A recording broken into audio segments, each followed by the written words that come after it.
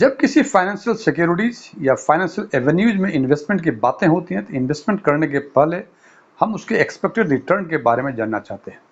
जब हमें expected return की जानकारी होती है उसके बेसिस पे हम डिसाइड करते हैं हमें इन्वेस्टमेंट करना चाहिए या इन्वेस्टमेंट नहीं करना चाहिए। जब भी एक्सपेक्टेड रिटर्न की बातें होंगी निश्चित रूप से उस पर लगने वाले टैक्स के बारे में बातें होती हैं और होनी भी चाहिए, क्योंकि टैक्स लगने के जो इन्वेस्टर्स के हाथ में जो रिटर्न आते हैं वो पोस्ट टैक्स रिटर्न ही आते हैं।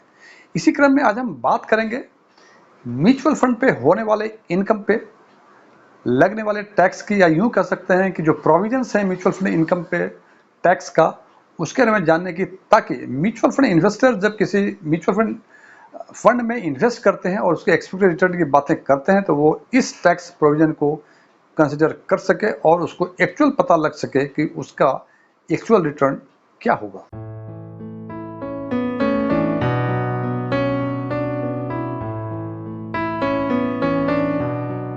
यदि मेरा ये वीडियो आपको पसंद आए इसको लाइक करें, अपने फ्रेंड्स के साथ शेयर करें, और आप यदि फर्स्ट टाइम हमारे चैनल को विजिट किए हैं तो सब्सक्राइब करें, और सब्सक्राइब करने के बाद बगल में जो बेल आइकॉन है उसको जरूर दबाएं ताकि हमारे नए वीडियो की नोटिफिकेशन आपको लगातार मिलती रहे। एस्ट्रॉन टैक्स फिन में आपका एक बार फिर से स्वागत है। मेरा नाम डीएम झा है।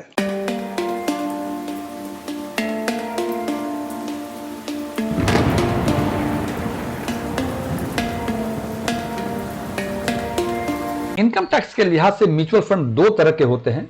पहला होता है इक्विटी म्यूचुअल फंड और दूसरा होता है अदर देन इक्विटी, या टेक्निकली हम डेट फंड बोलते हैं। हालांकि डेट फंड कहना is not correct, but normally बोलचाल की भाषा में बोलते हैं इक्विटी और डेट।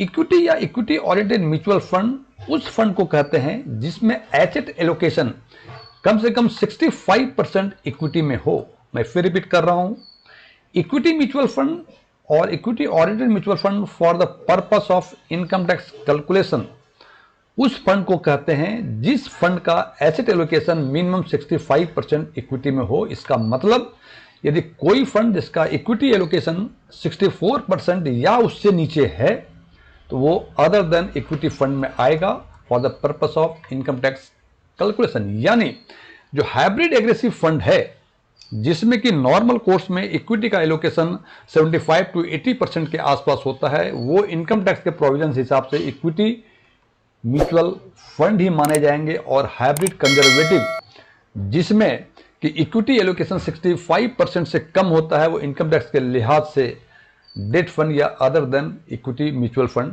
माने जाएंगे।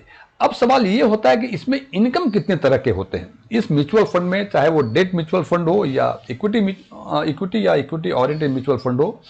उसमें एक इनकम होता है यदि आपने IDCW इनकम डिस्ट्रीब्यूशन कम विड्रॉल ऑप्शन को ऑप्ट किया हुआ है जिसमें कि आपको पीरियोडिकली डिविडेंड मिलता है, तो एक इनकम तो आपके हो गए डिविडेंड इनकम।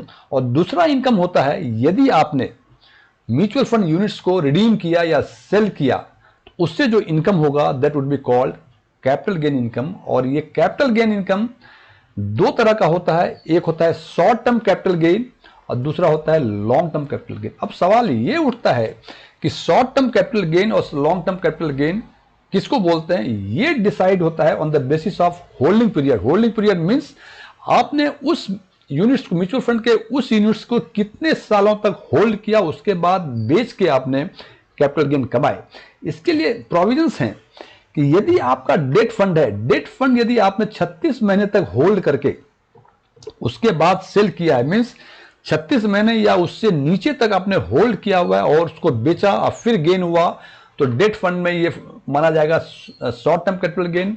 लेकिन यदि वही इक्विटी फंड है तो उसमें होल्डिंग पीरियड 12 मंथ्स या उससे कम हो। मैं फिर रिपीट कर रहा हूं, इक्विटी फंड के मामले में यदि आपने उस यूनिट्स को, उस फंड को 12 महीने या उससे कम होल्ड करके बेचा है और कैपिटल गेन कमाया है तो वो शॉर्ट टर्म कैपिटल गेन होगा। लेकिन डेट फंड में यही जो होल्डिंग पीरियड है 12 महीने से बढ़ के 36 महीने, यानी 36 महीने या उससे कम पीरियड तक होल्ड करने के बाद जो आपने गेन कमाया है वो शॉर्ट टर्म कैपिटल गेन में आएगा। इसका मतलब जो शॉर्ट टर्म कैपिटल गेन नहीं है वो लॉन्ग टर्म कैपिटल गेन होगा। इसका मतलब डेट में यदि 36 महीने से अधिक होल्ड किया हुआ है, बेचा फिर कमाया आपने तो होगा लॉन्ग टर्म। और इक्विटी केस में यही चीजें हैं, यदि 12 महीने से अधिक आपने होल्ड किया, उसको रिडीम करके कुछ कमाया, तो ये हो गया आपका long term capital gain in case of equity.